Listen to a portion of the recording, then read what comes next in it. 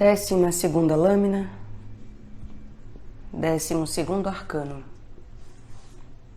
O enforcado. Abre aspas.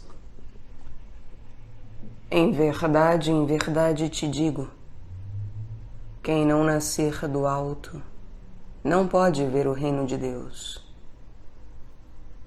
Em verdade te digo, quem não nascer da água e do Espírito não pode entrar no reino de Deus. O vento sopra onde quer e ouves o seu ruído, mas não sabes de onde vem nem para onde vai. Assim acontece com todo aquele que nasceu do Espírito. Fecha aspas.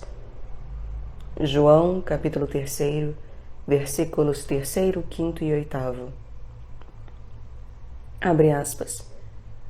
As raposas têm tocas e as aves do céu ninhos. Mas o Filho do Homem não tem onde reclinar a cabeça. Fecha aspas. Mateus capítulo 8, versículo 20. Abre aspas. Então os justos brilharão como o sol no reino de seu Pai. Fecha aspas. Mateus capítulo 13, versículo 43. Abre aspas. O que eu disse da operação do sol está cumprido e terminado. Fecha aspas. Tábua da Esmeralda de Hermes.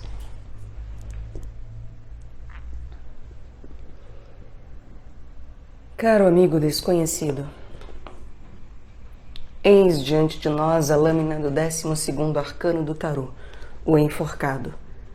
Ele representa um jovem suspenso por um pé a uma pequena viga transversal, sustentada por duas árvores com os galhos cortados rente ao tronco, formando assim o aparelho de ginástica chamado barra.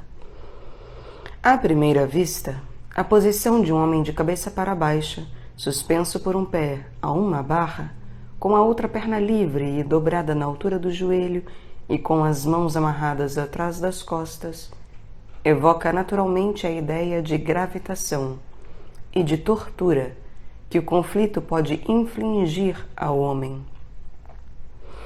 A impressão imediata sugerida pela lâmina nos leva ao problema da relação entre o homem e a gravitação e dos conflitos que essa relação comporta. A gravitação, física, psíquica e espiritual, ocupa o lugar central como fator de ordem no sistema solar, no sistema do átomo, na célula biológica, no organismo biológico, no mecanismo da memória e da associação das ideias, nas relações sexuais, no organismo social, na formação das comunidades com participação num modo de viver, numa doutrina e num ideal, e, por fim, no processo da evolução biológica, psíquica e espiritual, no qual um centro de gravitação, ou protótipo universal como causa final, age através do tempo, do mesmo modo que o Sol, enquanto o centro de gravitação do sistema planetário, que age através do espaço. O mundo inteiro se manifesta a nós como um sistema de gravitação compreensível, resultante de muitos sistemas particulares de gravitação, como o dos átomos, das células, dos organismos, dos planetas, das individualidades, das comunidades e das hierarquias. Cada um de nós está colocado no sistema de gravitação cósmica que determina as possibilidades e os limites da sua liberdade. O domínio de nossa liberdade como tal, a nossa vida espiritual, manifesta a presença real e ativa de uma gravitação de ordem espiritual. Porque o que é fenômeno da religião, senão a manifestação dessa gravitação espiritual voltada para o centro da gravitação espiritual do mundo, isto é, para Deus? É significativo que o termo escolhido para designar o acontecimento primordial que determinou a mudança do estado do homem no paraíso para o estado terrestre de trabalho, de sofrimento e de morte, isto é, o termo queda tenha sido tirado do domínio da gravitação. Com efeito, nada se opõe à concepção da queda de Adão como passagem do sistema de gravitação espiritual, cujo centro é Deus, para o sistema de gravitação terrestre, cujo centro é a serpente, que caracterizamos numa carta precedente como o princípio da eletricidade. A queda como fenômeno pode ser entendida como passagem de um campo de gravitação para outro. Ora, o domínio da liberdade, a vida espiritual, se acha entre dois campos de gravitação, cada um com seu centro. O Evangelho os designa como céu e este mundo, ou reino dos céus e reino do príncipe deste mundo, e designa aqueles cuja vontade está submetida à gravitação deste mundo como filhos deste mundo, e aqueles cuja vontade segue a gravitação do céu como filhos da luz. Os maniqueus tiraram logo a conclusão de que o mundo invisível, ou céu, é o bem, e de que todo o mundo da natureza visível é o mal, esquecendo-se de que o mal é de origem espiritual, logo invisível, e de que o bem está impresso na natureza criada, sendo, portanto, também visível. Embora os dois campos de gravitação se interpenetrem e não se possa, nem se deva, identificá-los simplesmente com a natureza visível e com o mundo espiritual invisível, eles são bastante reais e moralmente discerníveis. Porque, como há um discernimento dos espíritos, do qual fala o apóstolo Paulo, há também um discernimento dos fenômenos da natureza, que se nota, por exemplo, no diagnóstico médico, na escolha dos remédios, no domínio da higiene física e psíquica, etc. O ser humano participa destes dois campos de gravitação, como indica esta citação do apóstolo Paulo. Abre aspas. A carne tem aspirações contrárias ao espírito e o espírito contrárias à carne. Elas se opõem reciprocamente, de sorte que não fazeis o que quereis. Fecha aspas, Gálatas, capítulo 5, versículo 17. Essas aspirações contrárias são tendências pelas quais os dois campos de gravitação se manifestam. O homem que vive sob a influência da gravitação deste mundo, com prejuízo da gravitação do céu, é homem carnal. O que vive no equilíbrio dos dois campos de gravitação é homem psíquico. Enfim, o homem que vive sob a ação da gravitação do céu é homem espiritual. Este último é o tema do 12º arcano do tarô, porque a 12ª lâmina representa um homem de cabeça para baixo. O enforcado representa o estado do homem em cuja vida a gravitação do alto foi substituída pela de baixo.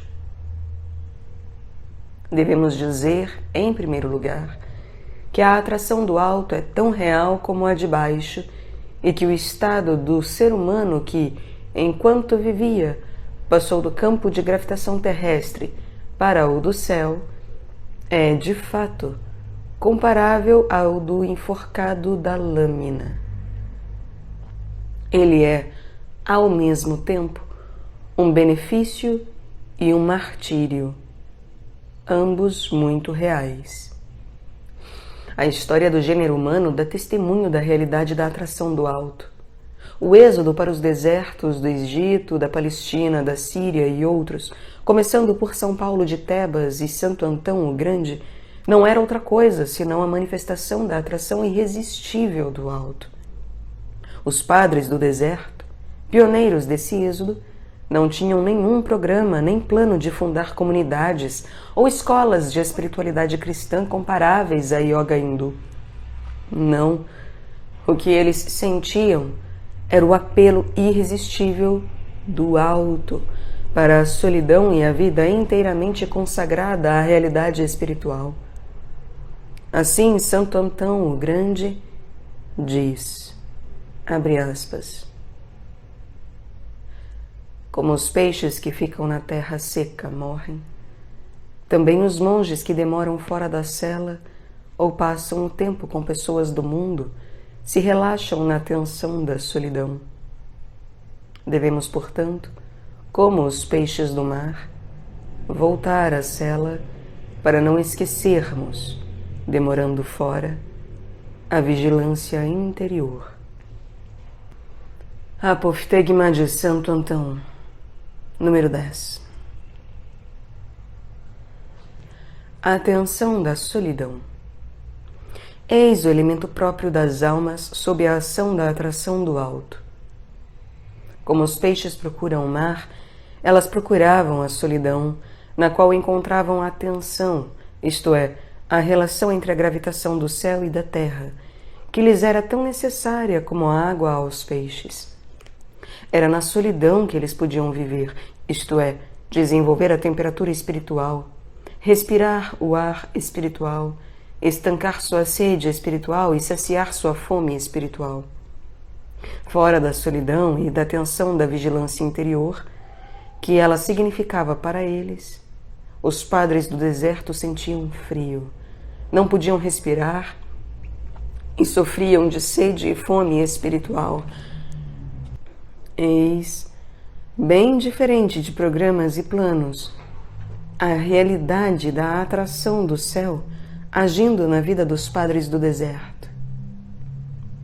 Eles eram pioneiros. Rapidamente, enquanto eles ainda viviam, os desertos da Tebaida, de Nítria e de Ceteia se povoaram de anacoretas.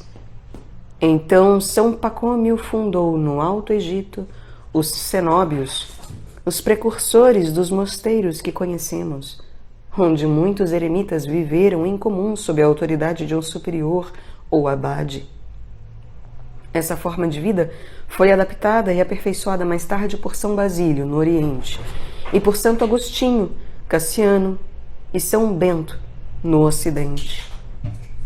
Embora esse imenso desenvolvimento posterior tenha estado presente em germe na vida solitária de São Paulo de Tebas e de Santo Antão o Grande, ele não constituía de forma alguma o motivo consciente de seu retiro no deserto. O motivo era o desejo de solidão causado pela atração irresistível do céu. A atração do céu é tão real que pode apoderar-se não só da alma, mas também do corpo físico. Então o corpo é arrebatado e não toca mais a terra. Eis que, em sua vida, escrita por ela mesma, diz sobre isso Santa Teresa de Ávila, que viveu essa experiência. Abre aspas. A nuvem divina se eleva para o céu, leva a alma consigo e começa a lhe descobrir os esplendores do reino que lhe está preparado. Não sei se a comparação é exata. Em todo caso, as coisas se passam realmente assim. Nesse arrebatamento, parece que a alma não anima mais o corpo. Nota-se de maneira muito sensível que o calor natural diminui e que o corpo se esfria pouco a pouco. Sente-se uma suavidade e uma alegria extremas. Aqui não há meio para se resistir. Muitas vezes, antecipando-se a todo pensamento, a toda cooperação, o arrebatamento cai sobre a pessoa com impetuosidade tão repentina e tão forte que ela se vê, sente, ao elevar-se essa nuvem ou essa águia tão poderosa que a leva em suas asas. a pessoa compreende, vê, disse eu, que é arrebatada, mas não sabe para onde. A violência era tanta que muitas vezes eu queria resistir a esse arrebatamento, opondo todas as minhas forças, especialmente quando, às vezes, ele me tomava em público e frequentemente em particular, porque temia que se tratasse de uma ilusão. Às vezes eu podia opor alguma resistência, mas ao preço de um esforço extremo. Outras vezes não era possível nenhum esforço. A minha alma era arrebatada e mesmo a minha cabeça ordinariamente seguia esse transporte sem que houvesse meio de retê-la. Algumas vezes também o corpo era arrebatado e não tocava mais a terra. Quando eu queria resistir ao arrebatamento, parecia-me que forças tão poderosas que eu não conseguia saber a que compará-las me erguiam pelos pés. Elas me tomavam com impetuosidade muito maior do que nessas outras coisas do espírito das quais falei. Confesso mesmo que nos inícios eu era tomada de pavor muito grande ao ver meu corpo assim elevado da terra. Se bem que a alma o leve consigo com a maior suavidade, quando não se resiste, ela não perde o uso dos sentidos. Eu, pelo menos, o conservava o bastante para compreender que estava sendo elevada da terra. Fecha aspas. Vida, capítulo 20. Eis um testemunho simples e verídico da irresistível atração do alto e da passagem do campo de gravitação terrestre para o campo de gravitação celeste.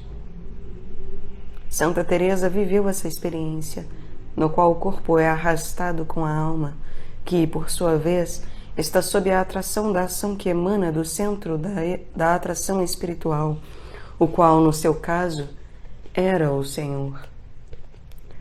Mas quando o centro da atração espiritual, quando o Senhor mesmo está revestido de corpo, como no caso da vida terrestre de Jesus, o que acontece? Não se pode tratar de arrebatamento, porque para onde poderia ser transportada a humanidade do Senhor se estava nele mesmo o princípio que extasia e arrebata, o centro de gravitação espiritual? O Evangelho nos esclarece sobre esse ponto. Diz ele, abre aspas, ao entardecer, seus discípulos desceram ao mar e, subindo num barco, dirigiram-se a Carfanaum, do outro lado do mar. Já estava escuro e Jesus ainda não viera encontrá-los. Além disso, soprava um vento forte e o mar ia se encrespando. Tinham remado cerca de 25 ou 30 estádios quando viram Jesus aproximar-se do barco, caminhando sobre o mar. Ficaram com medo. Jesus, porém, lhes disse: Sou eu, não temais. Fecha aspas. João capítulo 6, versículos 16 a 20. Abre aspas. Pedro, interpelando-o, disse: Senhor, se és tu, manda que eu vá ao teu encontro sobre as águas. E Jesus respondeu: Vem. Descendo do barco, Pedro caminhou sobre as águas e foi ao encontro de Jesus.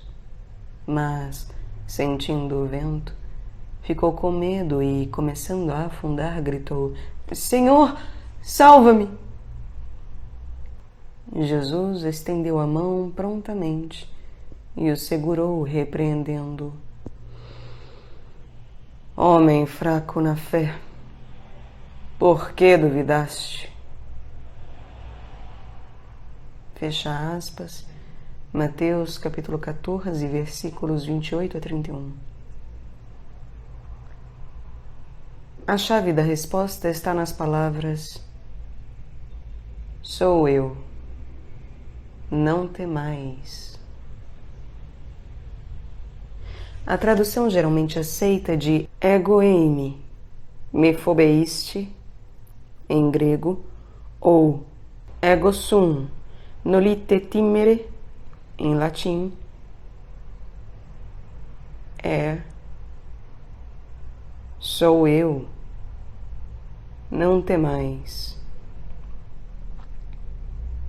Ela está certa, e não há nada a acrescentar-lhe, uma vez que literalmente ego eimi e ego sum significam tanto eu sou, como no contexto dado, sou eu.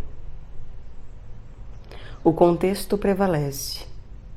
É legítimo, no entanto, sem tocar na versão aceita, compreender a palavra ego eimi, ego sum, mais literalmente e, ao mesmo tempo, mais profundamente. Porque na confusão ou no medo dos discípulos estão implicadas duas questões. Quem é aquele que vemos caminhando sobre as águas? E como pode ele caminhar sobre as águas? Sou eu é a resposta à primeira questão. E eu sou a segunda. Porque eu sou revela uma verdade esotérica, isto é, profunda, que não salta aos olhos, ao passo que sou eu é uma resposta de fato ou esotérica, com X. Ela oculta e contém como seu núcleo a resposta esotérica, com S. Qual é então a verdade esotérica revelada pela palavra eu sou, não temais?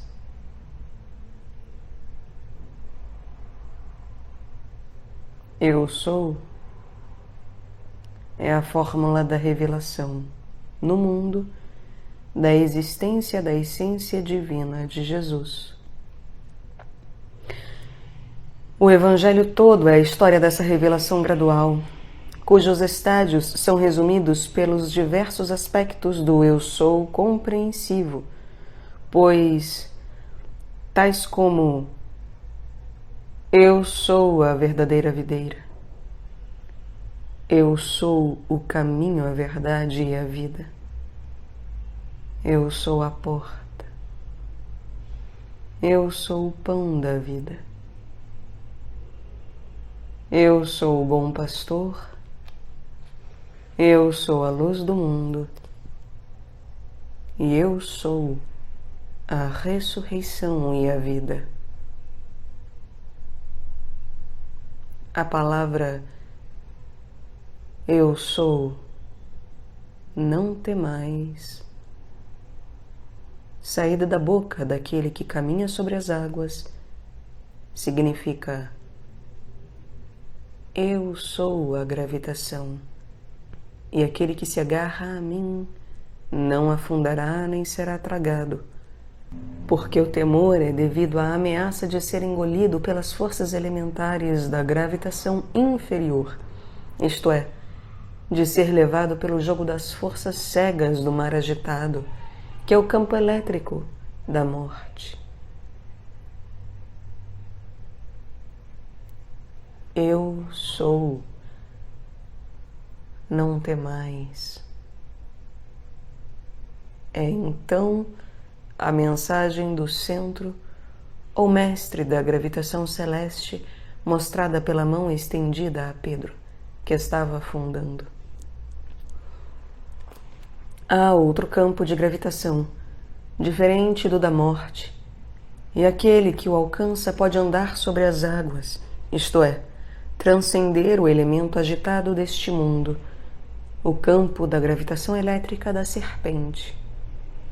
Esta mensagem contém não só o convite para reconhecermos, recorrermos ao reino dos céus, mas também a declaração solene da imortalidade da alma, por ser ela capaz de se elevar acima da gravitação devoradora e de andar sobre as águas. Pedro, que desceu do barco, caminhou sobre as águas e foi ao encontro de Jesus, experimentou o mesmo arrebatamento que é descrito por Santa Teresa. Ele saiu do barco, que é sair dos domínios dos sentidos, da razão e da memória, isto é, da consciência habitual, e caminhou sobre as águas, atraído por Jesus. Ele experimentou a mesma elevação de alma que leva consigo o corpo e sentiu o mesmo pavor de que Santa Teresa diz ter sido tomada ao ver seu corpo assim elevado da terra. Ela foi puxada por uma mão do alto.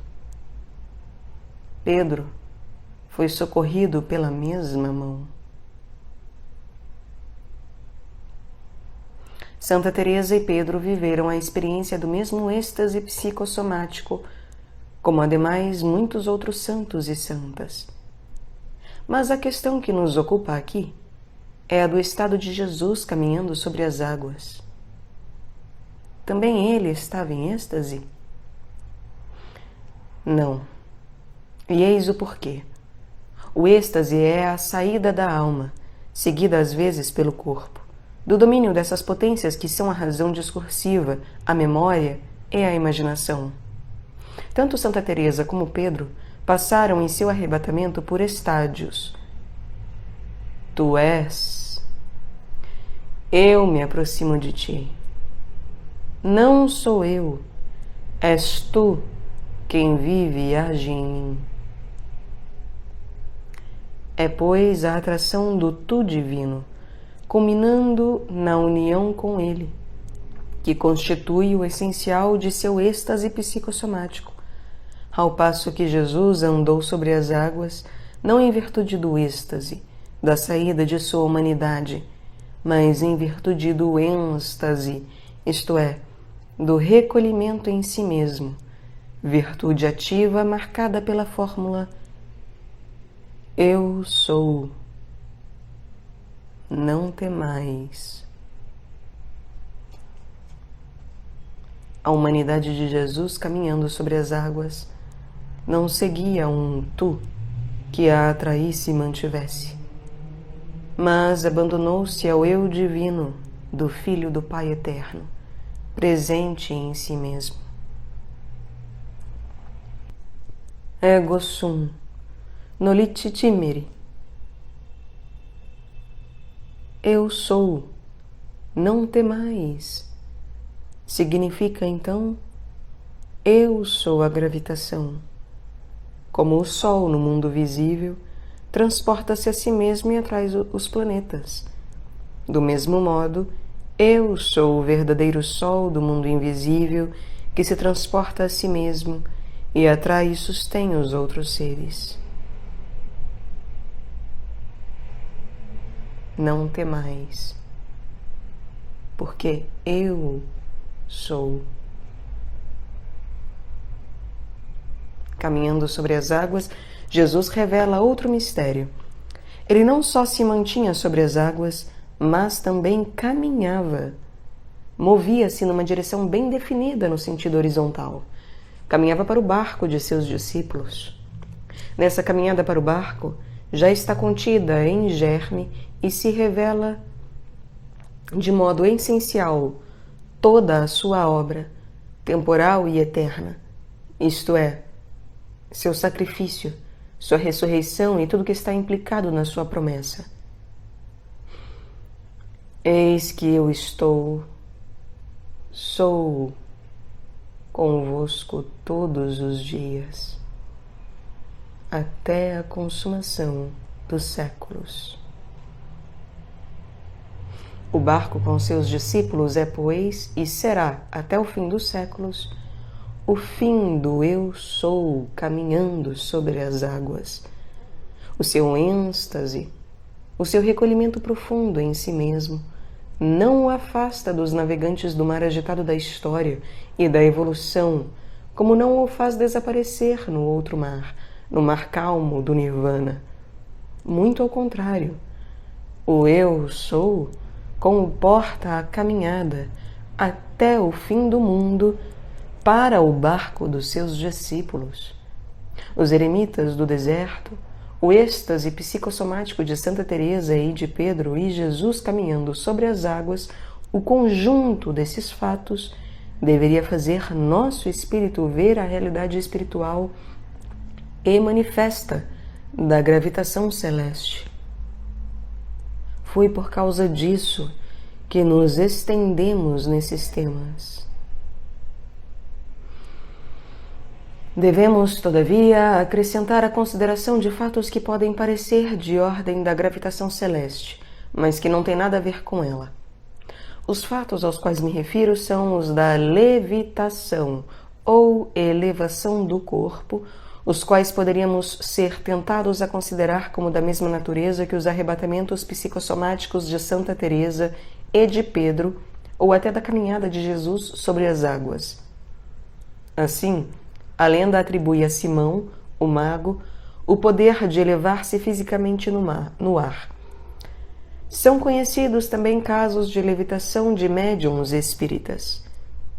Até Gerard van Riegenberg, do qual se poderia esperar mais, não distingue a levitação dos médiuns da que acompanha o arrebatamento dos santos. Abre aspas. O fenômeno da levitação foi afirmado por várias santas pessoas das religiões hindu, budista e cristã. Elas se elevavam no ar a alguns pés de altura e pairavam por certo tempo sem nenhum apoio material. Esse fato foi constatado em muitos santos e santas da Igreja Católica. Limito-me a citar a grande Teresa, do século XVI, seu contemporâneo João da Cruz, Pedro de Alcântara, também da mesma época, depois, um pouco mais tarde, José de Cupertino, que várias vezes foi visto voando pelos ares. Esse fenômeno foi narrado também de vários médiuns, mas, infelizmente, ele se verificou quase sem exceção na escuridão completa. Sozinho em casa, ninguém o teria realizado uma só vez em plena luz. Deve-se manter reserva sobre esses fatos, que parecem bem incríveis. Fecha aspas. Eis tudo o que esse autor, que estudou o ocultismo com profundo respeito durante meio século, tinha a dizer sobre a levitação. Pode-se, contudo, dizer mais. Há, em primeiro lugar, a distinção entre a elevação do corpo devida à atração celeste e a levitação do corpo realizada pela ação de repulsão elétrica dirigida para baixo. A diferença é tanta que pode ser comparada à que existe entre o voo de um balão cheio de ar quente e o voo de um foguete devido à repulsão causada pela corrente que ele transmite. Eis um caso de levitação que conheço de primeira mão. Um senhor de meia idade, era americano, conversava com um companheiro de viagem num compartimento de trem internacional na Europa. A conversa versava sobre as diversas correntes e métodos do ocultismo contemporâneo. O senhor americano defendia a tese radical segundo a qual há um ocultismo literário ou verbal e um ocultismo realizador. O primeiro seria pouco sério. Só o segundo seria digno de nome. Como seu interlocutor não se convencia e se recusava a admitir que os fatos da realização visíveis sejam o único critério do valor e da verdade, o senhor americano julgou apropriado convencê-lo mediante uma demonstração. Tendo dito o que ia fazer, ele se estendeu em seu leito, estavam só os dois no compartimento, e se pôs a respirar profundamente em silêncio total. Em 1 ou 2 minutos depois, seu corpo se elevou lentamente no ar até a altura de uns 50 centímetros e permaneceu assim mais ou menos por 1 minuto. Tendo essa demonstração provocado no interlocutor um grande aborrecimento, o mestre anônimo da levitação deixou logo o compartimento e não apareceu mais. Merece ser assinalado, além do fato da levitação efetuada pela vontade, o esforço considerável exigido pela experiência. O experimentador teve de calar-se e concentrar-se completamente num centro de seu organismo, a fim de fazer sair dele a corrente de energia que, agitando em ondas sucessivas, o impelisse do leito e o fizesse assim elevar-se no ar. Elevar-se mais exigiria esforço excessivo. Feita a demonstração, o experimentador estava com a aparência fatigada e não tinha mais vontade de conversar. Era evidente nele a diminuição de energia. Quanto aos médiuns espirituais, pouco importa que sua levitação se realize no escuro ou em plena luz, uma vez que a visibilidade não é o único meio de controle. Nada se opõe, do ponto de vista hermético, a que se admita a possibilidade e até a realidade de sua levitação. Se há casos de levitação de objetos como mesas, atestados pela fotografia, por que seria impossível que os próprios médiuns possam ser elevados no ar como objetos físicos pela força que age nos outros objetos físicos? Diz-se que a energia motriz que produz os fenômenos físicos nas sessões mediúnicas emana do médium. Mas por que essa energia do médium, uma vez exteriorizada, não pode elevar o próprio médium? Por que não pode ela ter um ponto de apoio que não seja o corpo do médium? A eletricidade humana que sai do organismo do médium pode, sem dúvida, ter como objeto de sua ação o próprio médium. O que é demais é narrado de vários médiums. É importante assinalar que o agente de levitação dos médiums é o mesmo que efetua a levitação de mesas e outros objetos físicos, e que, por consequência, não pode tratar-se do efeito da gravitação celeste, ou espiritual, que age nos casos de arrebatamento dos santos. Há, então, 3 categorias de levitação do corpo humano: o arrebatamento devido à gravitação celeste, a levitação devido à corrente humana emitida voluntariamente, magia arbitrária, e a que é devida à eletricidade humana emitida involuntariamente, mediunidade. A levitação mágica arbitrária, a que a tradição atribui a Simão, o mago, que São Pedro fez cair mediante a oração, e a levitação mediúnica têm em comum que uma e outra se realizam pela força elétrica que emana do organismo humano e agem por repulsão, e nisso elas diferem da levitação dos santos, que é devida à atração do alto. O centro do qual emana a corrente necessária para a levitação simônica é o do lótus de 4 pétalas, Muladhara Chakra, no qual está o poder da serpente Kundalini, a força elétrica latente. Esse poder da serpente pode ser despertado e dirigido seja para o alto, yoga, seja para o baixo e para fora, magia arbitrária. No último caso, ele serve de agente para a levitação. Foi assim que o ocultista americano, cuja demonstração de levitação narramos acima, realizou esse fenômeno. Sem entrarmos em pormenores, devemos mencionar nesse contexto as saídas das feiticeiras e dos feiticeiros do campo que, como se narra, cavalgam vassouras. Ora, a corrente de repulsão que emana do centro de base produz, de fato, a impressão de um feixe em forma de vassoura. Os feiticeiros, se bem que desdobrados e deixando atrás de si seus corpos físicos, moviam-se à maneira dos foguetes modernos à reação.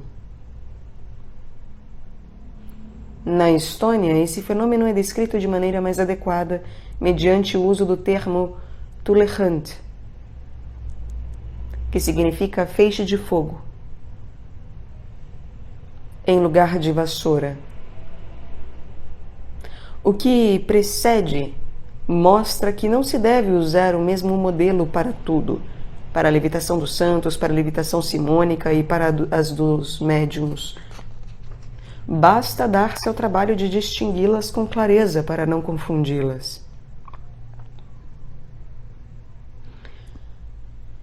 Voltemos ao 12º arcano. O enforcado, homem que vive sob a lei da gravitação celeste. E vejamos o que significa viver na Terra, sendo ao mesmo tempo atraído pelo campo de gravitação celeste. A lei da gravitação, da evolução e, em geral, da vida terrestre é o enrolamento, isto é, a coagulação do tecido mental, psíquico e físico em torno dos centros relativos de gravitação como a Terra, a nação, o indivíduo, o organismo.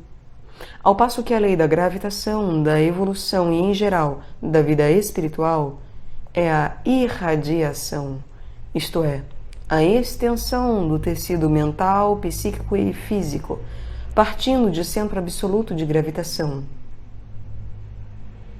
Então os justos brilharão como o sol no reino de seu Pai.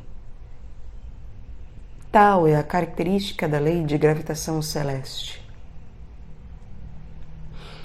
A fórmula que permite exprimir a essência da lei de gravitação terrestre se acha no capítulo 6 do Gênesis, no versículo 4, abre aspas.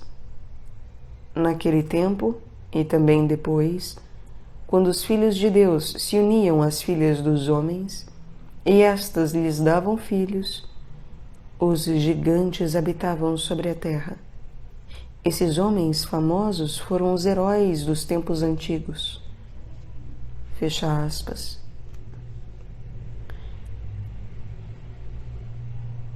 Os filhos de Deus, Bnei Ha-Elohim, isto é, os seres que viviam no campo de gravitação divina, mudaram o campo de gravitação, cedendo à atração da posse ou do enrolamento, e deram origem a seres dotados de grande força de enrolamento, os gigantes Nefilim.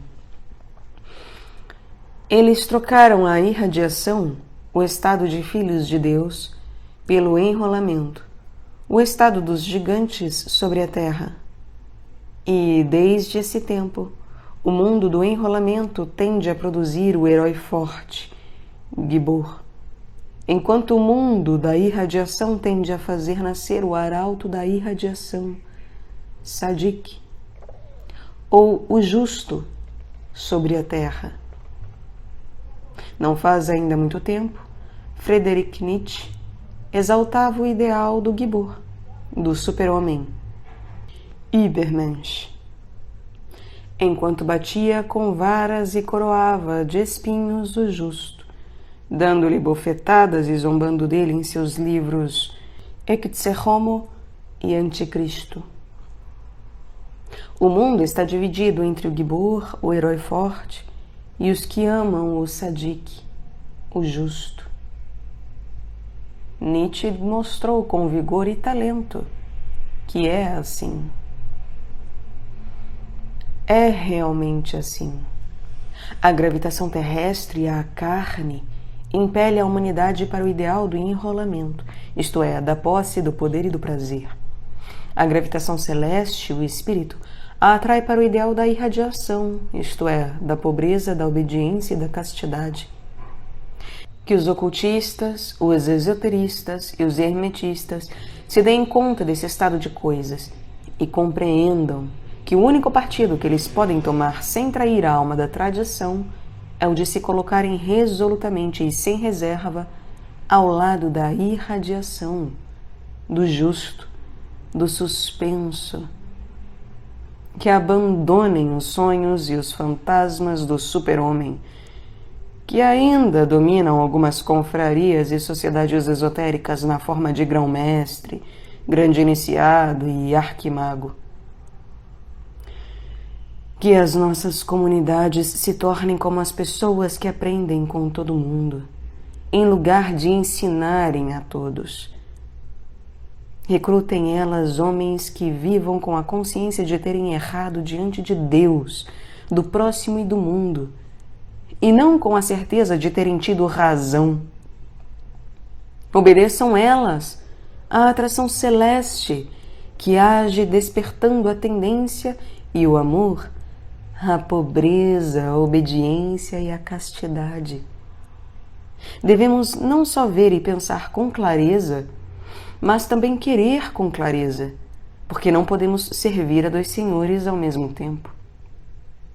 Voltemos ao estado concreto do homem que vive sob a lei da gravitação celeste para o estado do homem espiritual. Ele tem duas características: está suspenso e está de cabeça para baixo. Eis o que Santa Teresa diz da primeira característica, abre aspas. Parece que a alma está em estado tal que não lhe vem nenhuma consolação do céu, onde ela não mora ainda, nem da terra, onde ela não está mais, e de onde ela não quer receber consolação. Ela está, por assim dizer, crucificada entre o céu e a terra, e em seu sofrimento não recebe socorro nem de um lado, nem de outro. Fecha aspas. A alma está suspensa entre o céu e a terra e sente uma solidão completa. Não a solidão de estar sozinho no mundo, mas a solidão completa ou de estar fora do mundo celeste e do terrestre. Abre aspas. Transportada assim para esse deserto, a alma pode dizer em toda a verdade como o profeta real: fico desperto, como ave solitária no telhado. Eu imagino que Davi, quando assim falava, encontrava-se nessa solidão. Quando eu a sinto, lembro-me desse versículo e parece-me que o que ele diz acontece em mim. É consolação para mim ver que outras pessoas, especialmente tais pessoas, passariam por tais rigores da solidão. Fecha aspas. Santa Teresa, Vida, capítulo 20. É o ponto zero entre os campos de gravitação terrestre e celeste. Desse ponto zero é que a alma se eleva na contemplação das coisas celestes e divinas ou desce para agir no domínio terrestre e humano, mas é também o lugar de sua morada permanente. Depois da elevação ou da ação na terra, ela retorna para ele. A solidão do deserto entre os dois mundos é a sua morada. A outra característica do homem espiritual é que ele está de cabeça para baixo. Isso significa, primeiramente, que o terreno sólido sob seus pés está em cima, enquanto o terreno de baixo é percebido só pela sua cabeça. Em segundo lugar, que a sua vontade está ligada ao céu e em contato imediato, não mediante o pensamento e o sentimento, com o mundo espiritual, de modo que seu querer sabe coisas que a cabeça, o pensamento, ainda não sabe, e que é o futuro, os desígnios celestes para o futuro, que age na e pela sua vontade, de preferência à experiência e à recordação do passado. O homem espiritual é literalmente o homem do futuro. Só a causa final ativa a sua vontade. Ele é o homem do desejo, no sentido do livro de Daniel e no de Louis-Claude de Saint-Martin. Ele é o homem cuja vontade está no alto, acima das faculdades da cabeça, isto é, acima de seu pensamento, de sua imaginação e de sua memória. A relação normal entre o pensamento, o sentimento e a vontade no homem civilizado e educado é que o pensamento desperte o sentimento e dirija a vontade. O pensamento desempenha o papel de estimulador do sentimento por meio da imaginação e o papel de educador da vontade por meio da imaginação e do sentimento. Antes de agir, ele pensa, imagina, sente e, enfim, deseja e age. Não é o que se dá com o homem espiritual. Nele é a vontade que desempenha o papel de estimulador e educador do sentimento e do pensamento. Primeiramente, ele age, depois deseja, depois sente o valor de seu ato e, enfim, compreende-o. Abraão deixou seu país natal e, atravessando o deserto, foi para um país estrangeiro no qual, séculos depois, um povo saído dele deveria encontrar sua pátria e onde, séculos mais tarde, deveria efetuar-se a obra de salvação da humanidade. Sabia ele de tudo? Sim e não. Sim, no sentido de que agia como se soubesse, estando a sua vontade tomada pelas coisas futuras e pela sua grandeza. Não, no sentido de que não tinha em seu pensamento e em sua imaginação nem plano nem programa. Ele não sabia quando, nem como, nem por quais etapas essas coisas se tornariam realidades. Ora, a certeza que se apodera em primeiro lugar da vontade e dela se estende para o sentimento e o pensamento é precisamente o que o apóstolo Paulo entende pelo termo fé, pistes, fides. Segundo ele, a fé é uma segurança firme das coisas esperadas, uma demonstração daquelas que não se veem. E foi pela fé que Abraão, respondendo ao chamado, obedeceu e partiu para uma terra que devia receber como herança, e partiu sem saber para onde ia. Hebreus capítulo 11, versículo 1 e 8. Abraão tinha, pois, uma firme segurança das coisas que esperava, depois de ter tido a sua demonstração sem as ver. A sua vontade sabia, enquanto seu espírito e sua imaginação não viam, não tinham a segurança que lhes é própria. Ele obedeceu, contudo, e partiu sem saber para onde ia.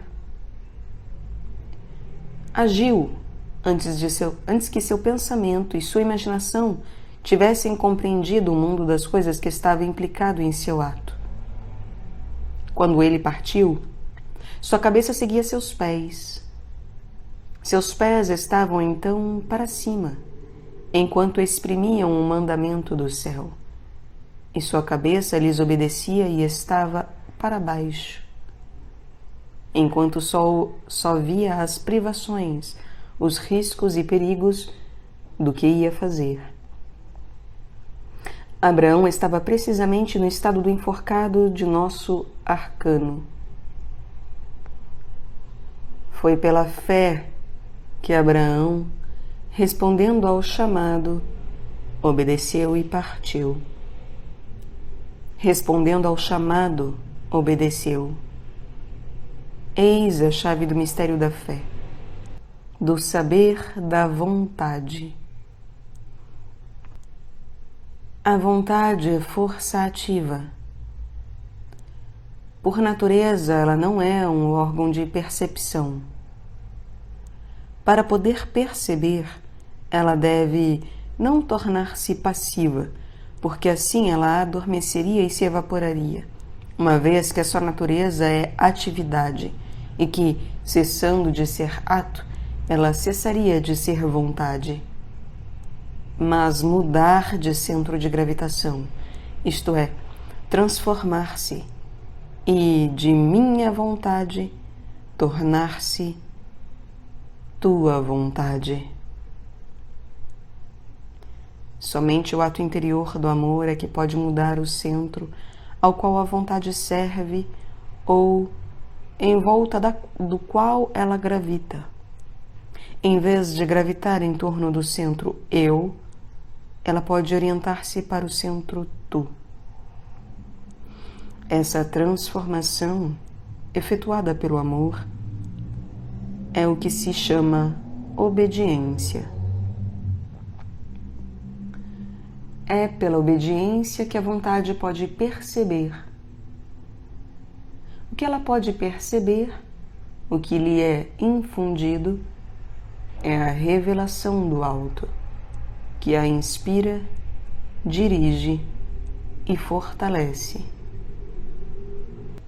Era assim que a vontade dos mártires podia suportar tudo, e que a vontade dos taumaturgos podia fazer tudo. A vocação foi também ato de revelação infusa, e ele obedeceu, diz o apóstolo. Devemos acrescentar que ele obedeceu já antes de sua partida, porque a própria vocação pressupõe a obediência, a transcentralização da vontade, a qual torna a vontade capaz de receber a vocação do alto. A vontade já deve estar em estado de obediência, a fim de poder receber a inspiração ou a intuição do alto e receber a marca da vocação, isto é, o dom da fé. A fé, como dom sobrenatural, não é a mesma coisa que a confiança natural, racional e moralmente fundada que se tem em alguma autoridade. A confiança no médico, no juiz ou no sacerdote é natural. É racional, com efeito, e de acordo com a justiça humana, reconhecer a autoridade dos peritos experimentados e, com isso, pôr neles alguma confiança. Santa Teresa tinha inteira confiança em seus confessores que, não obstante, tinham se enganado numa questão tão grave como a fonte de suas experiências místicas, gnósticas e mágicas: Deus ou o demônio. Mas, no conflito entre a fé sobrenatural e a confiança natural, surgido quando seus confessores e os teólogos consultados declararam que suas experiências espirituais provinham do demônio, foi a fé que prevaleceu. Era um conflito entre a ação divina imediata e autêntica sobre a vontade e, do outro lado, a confiança do pensamento e do sentimento humanos numa autoridade que era a fonte de segunda mão. A revelação divina autêntica não só prevaleceu, como também levou confessores e teólogos a reconhecerem a sua autenticidade. Os arrebatamentos de Santa Teresa eram os da fé, isto é, os da união da vontade com Deus, a qual deixava para trás as outras faculdades da alma, a saber, o pensamento e a imaginação. Eis o que ela diz sobre isso. Abre aspas. O que posso dizer é somente que a alma se vê unida a Deus, com tal certeza desse favor que não poderia ter nenhuma dúvida sobre isso. Aqui todas as faculdades, pensamento, imaginação, memória se enfraquecem e ficam tão suspensas que, repito, não se pode de forma alguma compreender que elas hajam. Se antes a pessoa meditava em alguma cena da paixão, a memória a perde de vista como se jamais tivesse pensado nela. Se lia, não compreende nada e não pode fixar-se. Se rezava oralmente, é a mesma coisa. E assim as asas dessa importuna borboletinha da memória se queimam então completamente e ela não pode mais esvoaçar. Certamente a vontade deve estar bem ocupada em amar, mas não compreende como ama. O entendimento, se entende, não sabe como entende. Pelo menos não pode compreender nada do que entende. Quanto a mim, não me parece que ele entenda, porque, como eu disse, ele não entende a si mesmo. Deve-se observar, parece-me, que a suspensão de todas as faculdades, por mais longa que seja, é sempre muito breve. E, se durar meia hora, será muito. No que me diz respeito, parece, ela nunca durou tanto. É verdade que quase não se pode apreciar o tempo que se passa nesse estado, por causa da privação do sentimento. Mas digo que, cada vez que essa suspensão se verifica, passa-se muito pouco tempo sem que alguma faculdade volte a si mesma. A vontade é a única que se mantém atenta, mas as outras duas faculdades não tardam a importuná-la de novo. Como a vontade permanece firme em sua calma, ela a suspende novamente. E depois de alguns instantes, essas duas faculdades voltam à sua vida normal.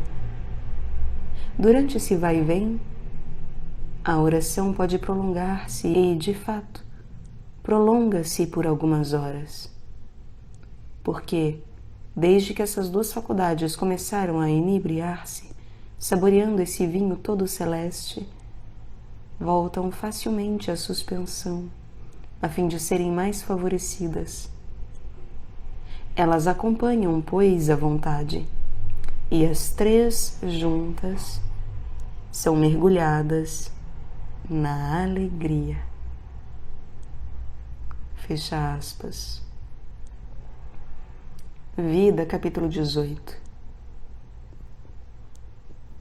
Ora, quando a vontade está unida a Deus e quando as outras faculdades estão suspensas, é o estado da alma recebendo o dom sobrenatural da fé. E foi a fé assim experimentada que, em Santa Teresa, triunfou dos escrúpulos devidos à confiança que ela depositava nos teólogos. O estado da alma descrito por Santa Teresa corresponde em todos os pontos ao estado do enforcado do nosso arcano. Com ele, a alma de Santa Teresa, nesse estado, estava invertida. A vontade ultrapassa a cabeça, o entendimento e a memória, elevando-se acima dela e recebe a marca divina, que a cabeça compreenderá ou não, mais tarde. O hermetismo prático aspira a que as outras duas faculdades façam companhia à vontade quando esta está em estado de obediência completa ao divino. Ele aspira à realização da última frase do texto que citamos acima. Elas, as outras duas vontades, acompanham, pois, a vontade, e as três juntas são mergulhadas na alegria. Acrescentemos na alegria da união, do conhecimento e da realização futura dessa experiência, sendo o hermetismo a síntese da mística, da gnose e da magia divina. O hermetismo prático se aplica, portanto, a educar o pensamento e a imaginação, ou a memória, para caminharem em passo igual com a vontade. Ele exige, por isso, constantes esforços do pensamento e da imaginação combinados para pensarem, meditarem e contemplarem os símbolos, sendo o simbolismo o único meio de tornar o pensamento e a imaginação capazes de não ficarem suspensos quando a vontade recebe a revelação do alto, mas de se juntarem a ela em seu ato de obediência receptiva, de modo que a alma não só tenha a revelação da fé, mas também participe dessa revelação com seu entendimento e sua memória. Tal é o ponto principal do hermetismo prático e sua contribuição para a mística cristã. Digo, para a mística cristã, e não para a teologia mística cristã, porque a teologia racionaliza os materiais da experiência mística, tirando delas regras e leis, ao passo que o hermetismo quer fazer com que o pensamento e a imaginação participem dessa experiência. A sua finalidade se encontra na experiência como tal, e não no domínio de sua explicação e de sua regulação. O hermetista, no entanto, é um enforcado. Também nele a fé predomina desde o começo por muito tempo. Isso porque tornar o pensamento e a imaginação capazes de estarem presentes, de pé, junto do altar no qual se acende e se queima o fogo da fé, é tarefa difícil, que exige ascese interior de duração prolongada. Mas, com o tempo, a lacuna entre a certeza da fé e do conhecimento se torna cada vez mais estreita. O pensamento e a imaginação se tornam cada vez mais capazes de participar da revelação da fé feita à vontade. Um dia elas participarão como iguais. É então o acontecimento espiritual designado pelo nome de iniciação hermética. Assim, conheço um homem que era soldado do Exército Branco e que, tendo sido injustamente ofendido por 2 oficiais da Marinha Aliada, compreendeu num instante a relação entre a eternidade e o instante. Foi um clarão do alto, recebido ao mesmo tempo pela vontade, pelo pensamento e pela imaginação. As 3 faculdades da alma foram atingidas por ele e iluminadas a um só tempo. O hermetismo autêntico não pode, portanto, jamais estar em contradição com a fé autêntica. Ele pode apenas contradizer opiniões de teólogos, isto é, não a fé, mas a confiança nos enunciados dos teólogos. Coisa estranha. Os teólogos, em geral, são muito modestos e até humildes. Mas, quando falam do alto de sua cátedra e de sua ciência, quando se vestem com o manto de conclusões primárias e secundárias, e principalmente quando se apoiam no consenso geral, transformam-se ao ponto de se tornarem irreconhecíveis. Mudam-se em fontes de oráculos divinos. Isso porque sua ciência, sendo intérprete da verdade absoluta da revelação, é a mais pretensiosa de todas as ciências. Os sábios das ciências naturais são, em geral, pretensiosos. A disciplina de sua ciência é o que os torna modestos. Com efeito, a sua ciência, sendo intérprete da verdade relativa da experiência, é modesta. Tal é o paradoxo. Pessoas modestas tornam-se pretensiosas, graças à sua ciência. E pessoas pretensiosas se tornam modestas, graças sempre à sua ciência. O perigo de uns é o seu muito saber. O perigo dos outros é nada saberem. Assim, a ciência empírica declarou há muito tempo, pela boca de um de seus representantes conscienciosos, o filósofo de Bois-Reymond: ignoramos e ignoraremos. Em relação aos 7 enigmas do mundo, a saber, primeiro, a ciência da matéria e da força.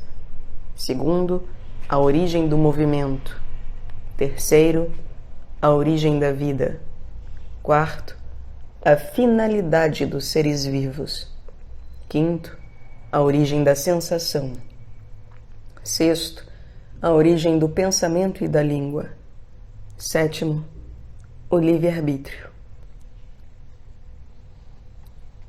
A certeza é, ao contrário, completa em alguns teólogos, não só em relação aos enigmas acima, mas ainda quanto ao destino da alma depois da morte do corpo, e quanto ao que ela poderá ou não poderá fazer então. Podemos ler afirmações como a seguinte, abre aspas, saindo do corpo, a alma não está mais em estado de mudar sua orientação moral, nem de se retratar de sua adesão anterior ao pecado. Ela se fixa por si mesma na disposição da vontade na qual se achava no instante da morte, tornada inflexível daí para frente e rebelde a qualquer ideia de retratação, de conversão e de arrependimento. Fecha aspas, Cardeal Bilot. E abre aspas, a eternidade das penas só existe em função da eterna perseverança da disposição perversa na qual estavam os réprobos ao saírem da vida presente. Fecha aspas. Ele novamente. É, pois, o corpo, e não a alma, que teria a possibilidade de mudar sua orientação moral e de se retratar de sua adesão ao pecado, de se converter e de se arrepender. É, pois, o instante da morte, e não o conjunto da vida terrena, que determina por toda a eternidade a disposição moral da alma, e, ao mesmo tempo, o seu destino eterno. Morrendo o corpo, faz então sair a alma no instante da morte como um foguete com um programa prefixado para a eternidade. Assim, a misericórdia de Deus age só até o instante da morte do corpo, sendo o destino posterior da alma apenas um desdobramento quase mecânico de sua disposição no instante de sua saída do corpo. São conclusões monstruosas. É evidente, portanto, que se o consciencioso de Bois-Reymond é muito tímido e abre as portas para o ceticismo, o zelo teológico é, ao contrário, temerário e abre as portas para a descrença. Porque é impossível acreditar ao mesmo tempo no enunciado do cardeal Bilot e no do Evangelho que diz, abre aspas, se um homem possui 100 ovelhas e uma delas se extravia, não deixa ele as 99 nos montes e vai à procura da extraviada? Assim também não é da vontade do vosso Pai que está nos céus que um desses pequeninos se perca. Fecha aspas. Mateus capítulo 18, versículo 12 e 14. A misericórdia de Deus é limitada e se estende só até o momento da morte do corpo? Ou, ao contrário, é infinita, de modo que nunca cessa e tem meios para agir também depois do instante da separação da alma e do corpo? O que está em questão aqui é o amor e não a justiça de Deus. De Bois-Reymond deveria ter dito, considerando os métodos da ciência contemporânea e as faculdades do conhecimento que me são conhecidas até hoje, os 7 enigmas do mundo me parecem insolúveis. Mas se os métodos e as faculdades do conhecimento mudarem um dia, sem perderem seu caráter científico, os enigmas poderão modificar-se. E não seria melhor se o cardeal Bilot dissesse: existem na Escritura passagens relativas ao amor de Deus e ao castigo do pecado que, dado o caráter da nossa razão e do nosso sentimento moral presentes, parecem contradizer-se. Como é impossível que elas se contradigam realmente, formei uma opinião pessoal que me parece conciliá-las de modo satisfatório. Mas não sei se esta é a única solução possível do problema, e se não existem outras melhores. O que é certo é que a liberdade existe, e que ela comporta o risco do inferno eterno, seja qual for o sentido exato do termo eterno, porque se trata de dogma de fé. Sobre o modo de realização dessa verdade tenho uma opinião, que é a seguinte. E aqui ele explicaria que, segundo ele, a vida terrena é o do domínio da liberdade, enquanto o outro mundo é o da fatalidade. Opinião essa que ele ainda deveria defender contra os argumentos pertinentes de uma tese contrária. Ora, o hermetismo prático, como a mística cristã, baseia-se na experiência da fé autêntica, isto é, na experiência do ser humano invertido, isto é, no qual a vontade está acima da intelectualidade e da imaginação. Seu fim prático é, contudo, fazer da intelectualidade e da imaginação companheiras iguais à vontade favorecida pela revelação do alto. Eis como se consegue isso. Moraliza-se o pensamento, substituindo-se a lógica formal pela lógica moral. Faz-se o calor moral entrar no domínio do pensamento frio. Ao mesmo tempo, intelectualiza-se a imaginação, disciplinando-a e submetendo-a às leis da lógica moral. É o que Goethe entendia por imaginação exata, isto é, uma disposição da imaginação na qual ela abandona o jogo da associação livre e arbitrária e se aplica ao trabalho de associação ditada pela lógica moral, pelas leis do simbolismo. Assim, o pensamento e a imaginação tornam-se atentos e capazes de participar da experiência da vontade que recebe os favores do alto. Essa afirmação lapidar exige algumas explicações. Moraliza-se o pensamento substituindo-se a lógica formal pela lógica moral. Com isso, a lógica que opera explícita ou implicitamente pelo silogismo, no qual duas proposições implicam uma conclusão, cede o lugar de referência suprema à lógica moral da consciência. Por exemplo, a lógica do argumento usado por Caifás para persuadir a Assembleia do Sinédrio de que era necessário condenar Jesus era impecável do ponto de vista da lógica formal, mas era grave violação da lógica moral. Abre aspas. É de vosso interesse que um só homem morra pelo povo e não pereça a nação toda. Fecha aspas. Esse argumento se baseia no princípio lógico, segundo o qual a parte é menos do que o todo, sendo a parte um homem e o todo a nação. Diante da alternativa, se o deixarmos assim, todos crerão nele e os romanos virão, destruindo o nosso lugar santo e a nação. A decisão tomada foi a de sacrificar a parte pelo todo. Para a lógica moral, o princípio quantitativo segundo o qual a parte é menos que o todo não pode ser aceito sem reserva. Impõem-se distinções. Já no organismo vivo, no qual não é a grandeza, mas a importância da função vital que conta, equivaleria a parte é igual ao todo.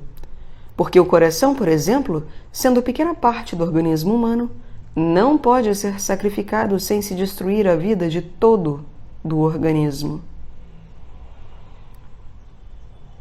No domínio moral e espiritual, no qual o que conta é só a qualidade, um justo vale mais do que a nação inteira, se se trata não de sacrifício voluntário, mas de pessoa que se quer sacrificar.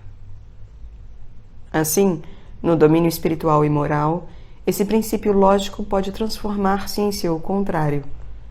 A parte é mais do que o todo. Esse exemplo mostra quanto a operação da lógica moral ou da lógica material e qualitativa difere da lógica formal e quantitativa. É do conflito entre a lógica do Logos e a deste mundo que fala o apóstolo Paulo quando diz, abre aspas, levaram vida errante, vestidos com peles de carneiro ou pelos de cabras. Oprimidos e maltratados, sofreram privações.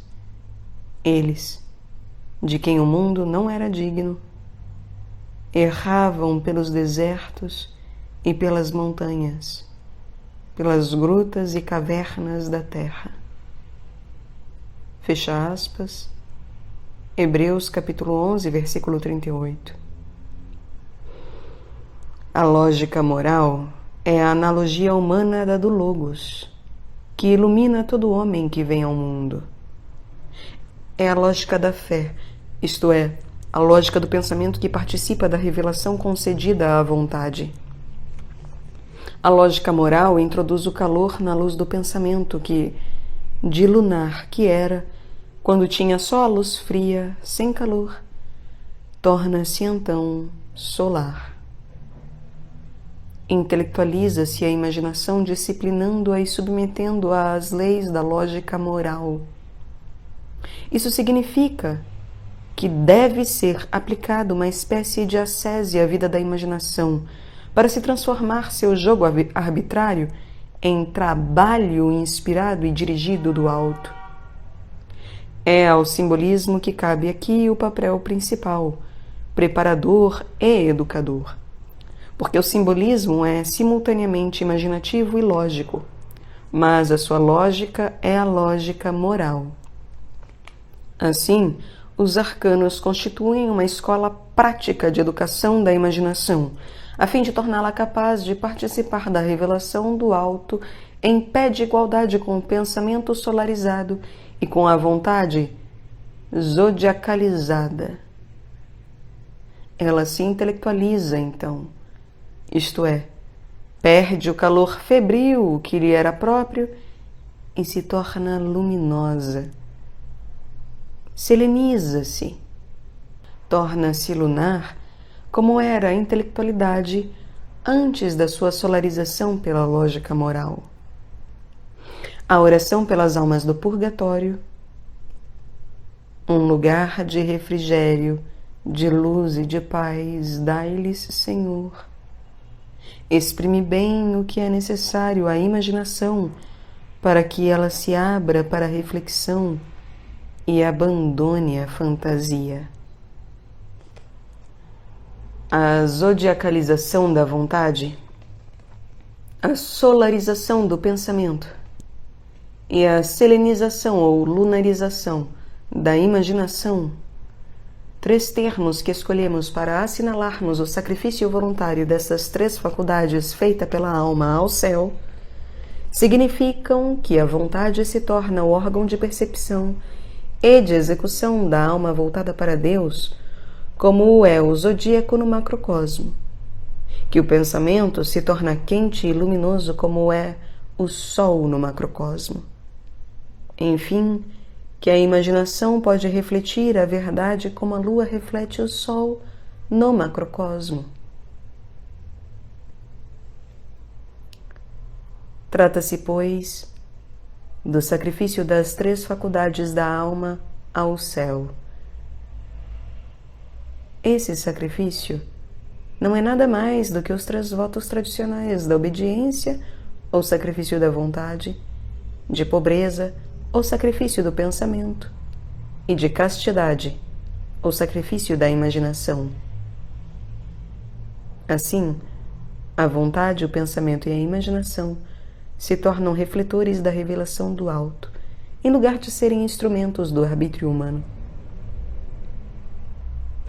Em termos de psicofisiologia esotérica, isso significa que a disposição do centro coronal, do lótus de 8 pétalas, que está sempre fora do alcance do arbítrio humano e constantemente em estado de repouso divino, ou seja, a disposição do céu, estende-se aos outros centros do lótus. Um após o outro, esses centros se afastam da influência do arbítrio humano e passam para o repouso divino.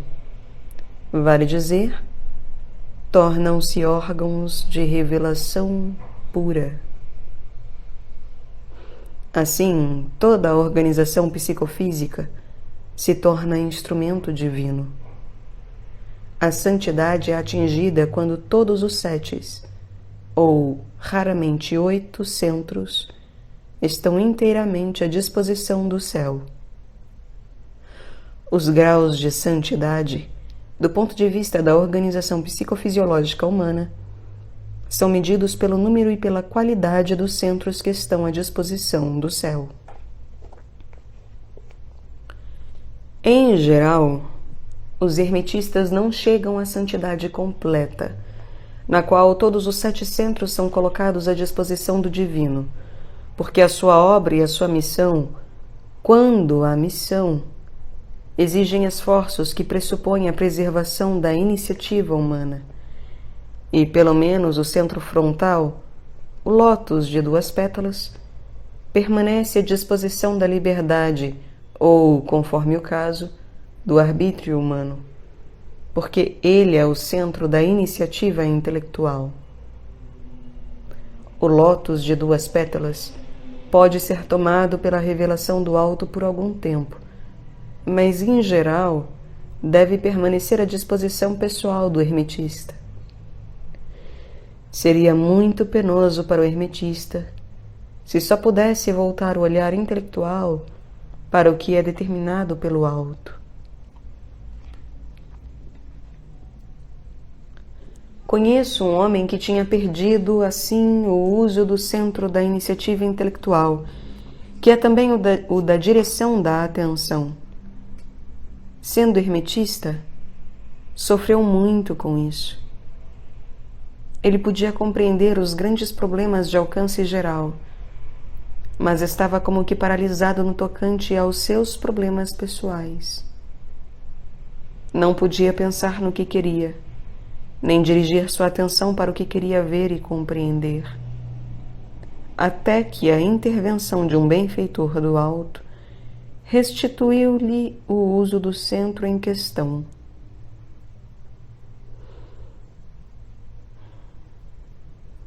Gostaria de recomendar às pessoas que têm dificuldades semelhantes ou idênticas que se dirijam ao arcanjo São Miguel, que parece-me é amigo e protetor dos hermetistas, como os entendo nestas cartas, das pessoas que querem unir a santidade e a iniciação, ou que aspiram a um hermetismo santo e abençoado pelo alto. A lâmina do 12º arcano do tarô, o enforcado, representa, em primeiro lugar, o homem cuja vontade está zodiacalizada. É o acontecimento espiritual decisivo, sendo a solarização do pensamento e a selenização da imaginação somente suas consequências. As 2 árvores entre as quais o enforcado balança têm 12 cicatrizes de ramos cortados. 12 ramos, porque o zodíaco é um duodécimo de ação e de influência. Eles foram cortados porque o enforcado está fora do campo de sua ação e de sua influência, e porque a essência deles está nele. Os 12 ramos estão cortados e inativos exteriormente, tendo se tornado a vontade do enforcado, a vontade zodiacalizada, como dissemos. O enforcado absorveu o zodíaco. Ele mesmo se tornou o zodíaco. Ele é o 13º, em cuja vontade estão presentes os 12 servos de Deus, que são os 12 canais de sua vontade. Porque 12 é o número das modalidades da vontade e de sua ação. 7 é o número das modalidades da base do sentimento e da imaginação. 3 é o número lei do pensamento e da palavra. E 1 é o número do eu que pensa, sente e quer. A mônada se revela assim pela trindade subjacente ao pensamento e à palavra, pelo setenário subjacente ao sentimento e à imaginação, e pelo duodenário subjacente à vontade e à ação. A soma dos números da realidade 1, 3, 7, 12 é 22 e não 23, uma vez que o 1 transcende, supera e abraça os outros números citados antes. Do 3, ele faz um quaternário misterioso. Do 7, um oitavo, que os envolve e faz deles uma unidade. E é o 13º, como já dissemos, na difusão das formas criadoras zodiacais dos 12 servos de Deus. Eis porque os arcanos maiores do tarô são 22, não mais nem menos. Porque o autor, ou os autores, se pensarmos de acordo com a dimensão vertical dos 3 mundos superpostos e em colaboração do tarô, se tinha proposto dar expressão simbólica articulada somente às coisas que contam. E como poderia ele contá-las menos ou mais de 22? Poderia omitir a mônada, a unidade fundamental atrás dos mundos do macrocosmo, ou Deus, e a unidade fundamental atrás dos estados de consciência do microcosmo, ou a alma? Poderia ele passar à frente da Santa Trindade de Deus Criador, Salvador e Santificador? Ou passar à frente da Trindade do ser humano, de seu ser espiritual, anímico e corporal, Trindade que é a imagem analógica de Deus? Em seguida, como poderia ele continuar cego e negligenciar a ação da Trindade nos 4 elementos, a irradiação, a expansão, a mobilidade e a estabilidade, ou o fogo, o ar, a água e a terra?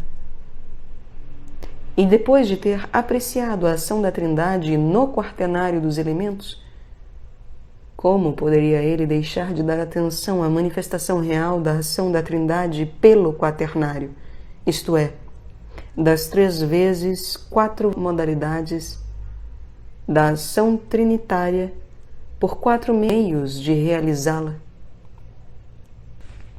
Não podendo suprimir nenhum dos 4 membros do nome sagrado ou tetragrama, que compreende os 4 membros ou números 1, 3, 7 e 12, o autor do tarô concebeu e desenhou os 22 arcanos.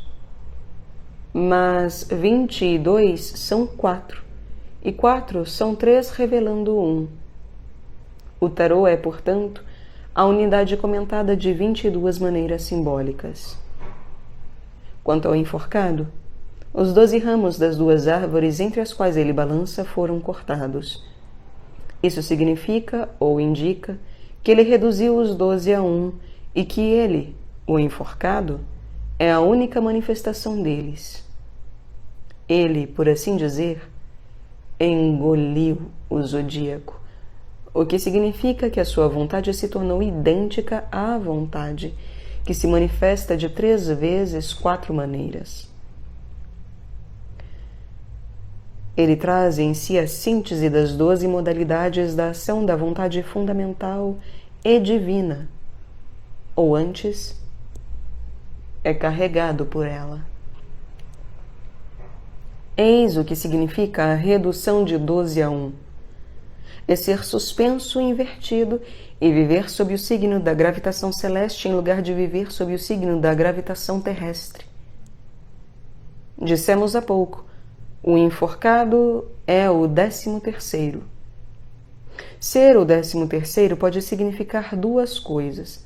A redução de 12 a 1, o enforcado representa então a unidade fundamental das 12 modalidades da vontade, ou a cristalização de um 13º elemento sintético.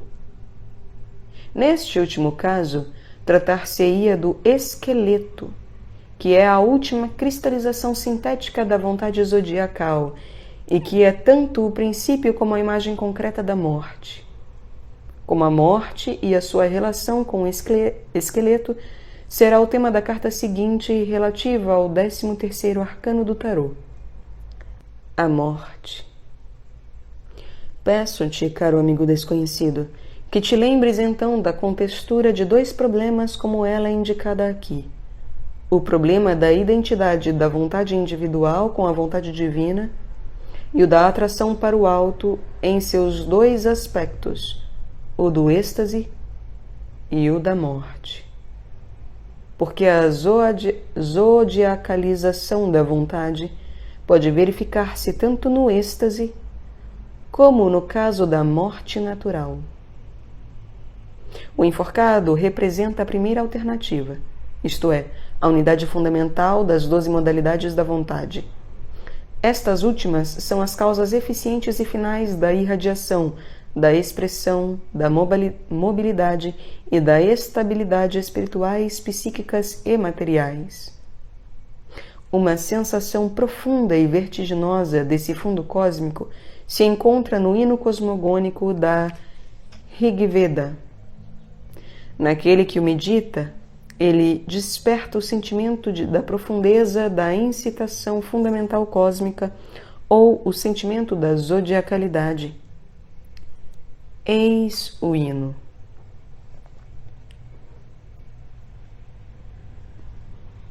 O não ser não existia então, nem o ser.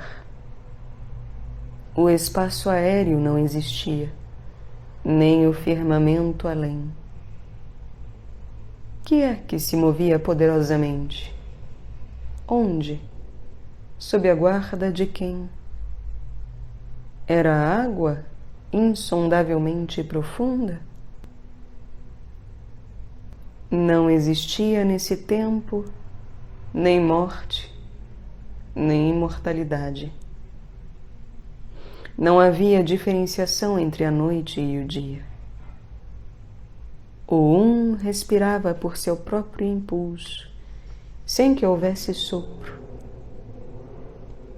Fora disso, nada mais existia. Há uma outra tradução alemã que diz: no começo havia respiração sem sopro. Era o um, fora do qual nada existia. Na origem, as trevas eram ocultas pelas trevas. Esse universo era somente onda indistinta. Então, pelo poder do ardor, o um nasceu, vazio e coberto de vazio. O desejo foi seu desenvolvimento original. Desejo que foi a semente primeira da consciência. Procurando em si mesmos, os rishis souberam descobrir, por sua reflexão, a ligação do ser no não ser.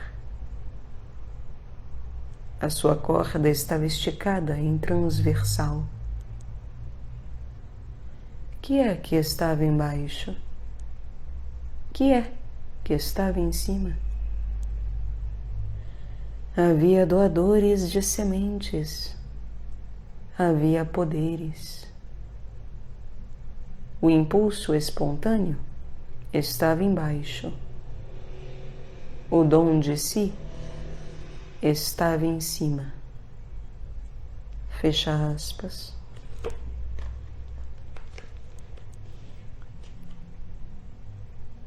Eis o que numa noite estrelada uma alma hindu sentiu há mais de 30 séculos perante o universo. Não se pode ver nele um comentário da mística natural ao Fiat Lux do Gênesis?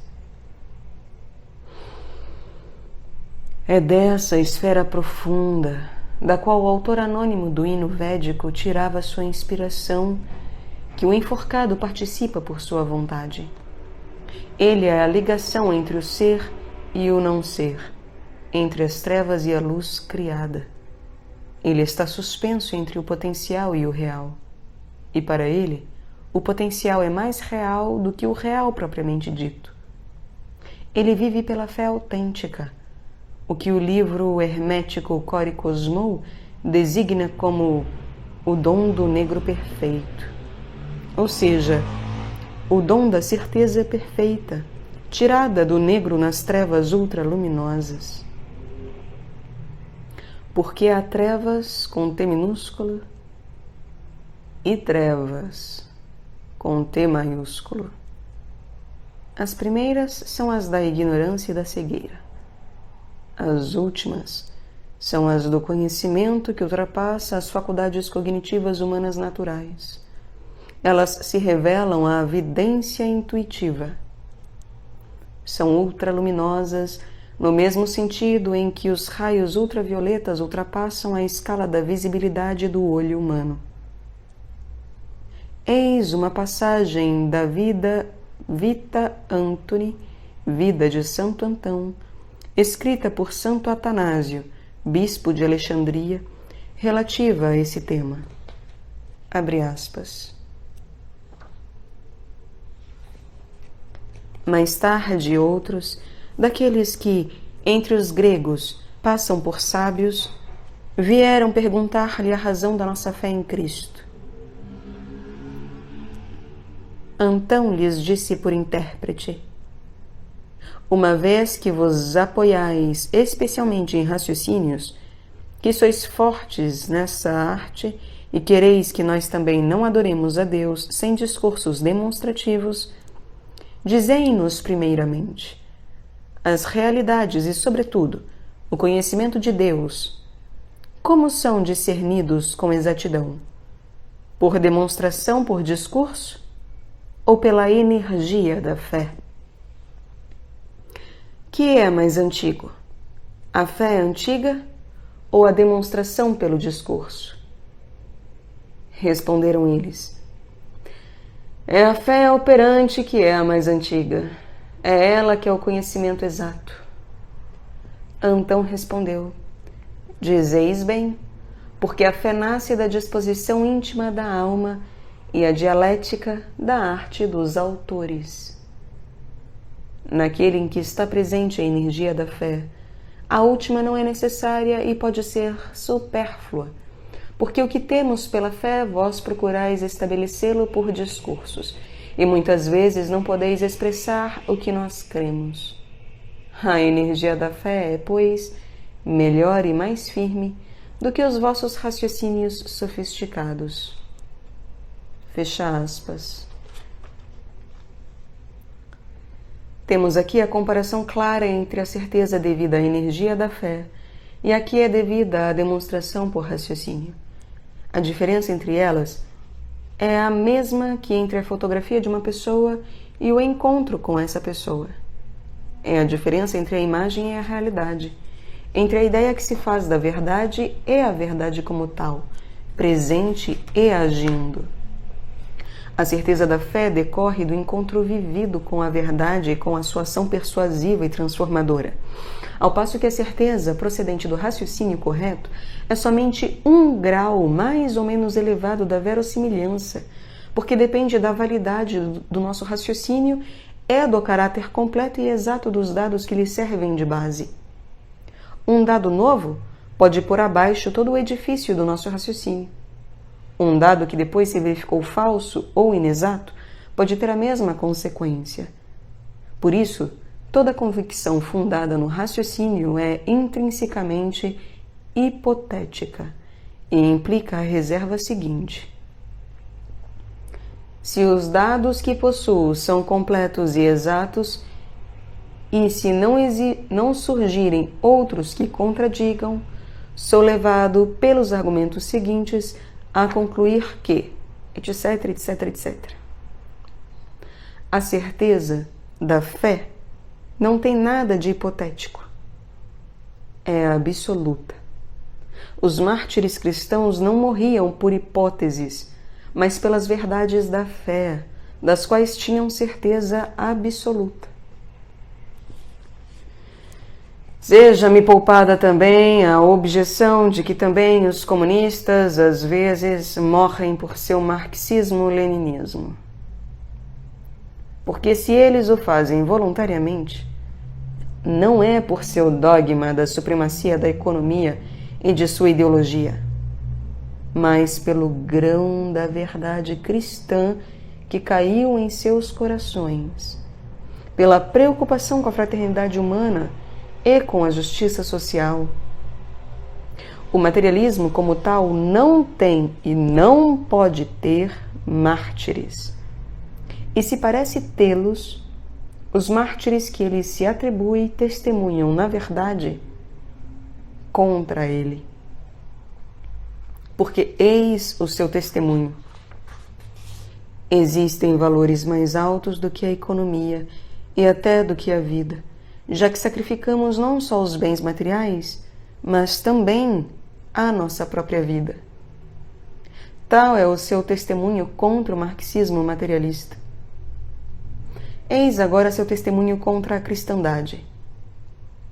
Perdemos a plenitude da fé. Resta-nos apenas um grão da fé. Mas mesmo esse grão que nos resta é tão precioso que damos nossa vida por ele. E vós que tendes a plenitude da fé, qual é o vosso sacrifício por ela? Tal é o testemunho contra a cristandade, à medida que também a cristandade é materialista. Porque há um materialismo doutrinal junto com uma vontade influenciada pela fé, como existe um espiritualismo doutrinal junto com a vontade influenciada pelo interesse materialista. Foi essa a dualidade que produziu as heresias e as seitas.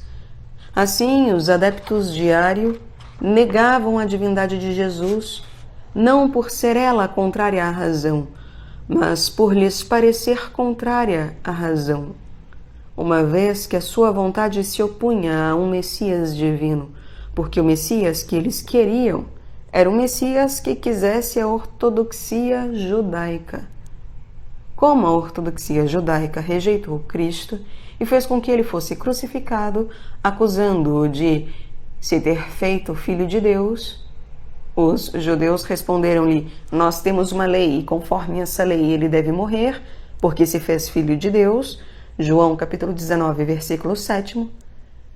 Também os arianos acusaram a igreja de ter feito do Messias o filho de Deus. Eles não eram nem menos instruídos, nem menos inteligentes do que os ortodoxos judeus. O que lhes faltou foi a vontade iluminada pela revelação do alto, isto é, a fé autêntica. A sua fé permaneceu como ela era antes de Cristo e como ela vivia e agia na ortodoxia judaica.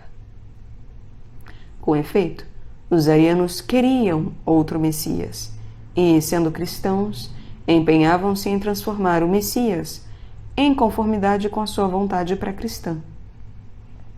Todavia, no caso em que a vontade percebe a revelação do alto e o entendimento lhe dá continuidade, isto é, no caso do enforcado, a certeza é absoluta e não pode resultar nenhuma heresia se entendermos por heresia doutrinas ou máximas prejudiciais à causa da salvação ou incompatíveis com as verdades da fé.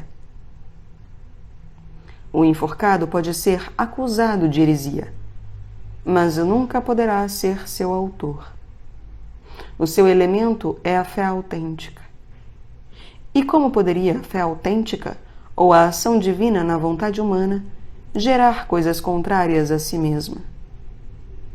Sabeis o que é infalibilidade do Papa?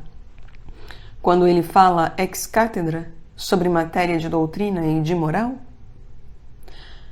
Quando fala ex cátedra sobre coisa da fé e da moral, ele se acha no estado do enforcado. É o estado no qual se encontrava o apóstolo Pedro quando disse: Tu és Cristo, o Filho do Deus vivo.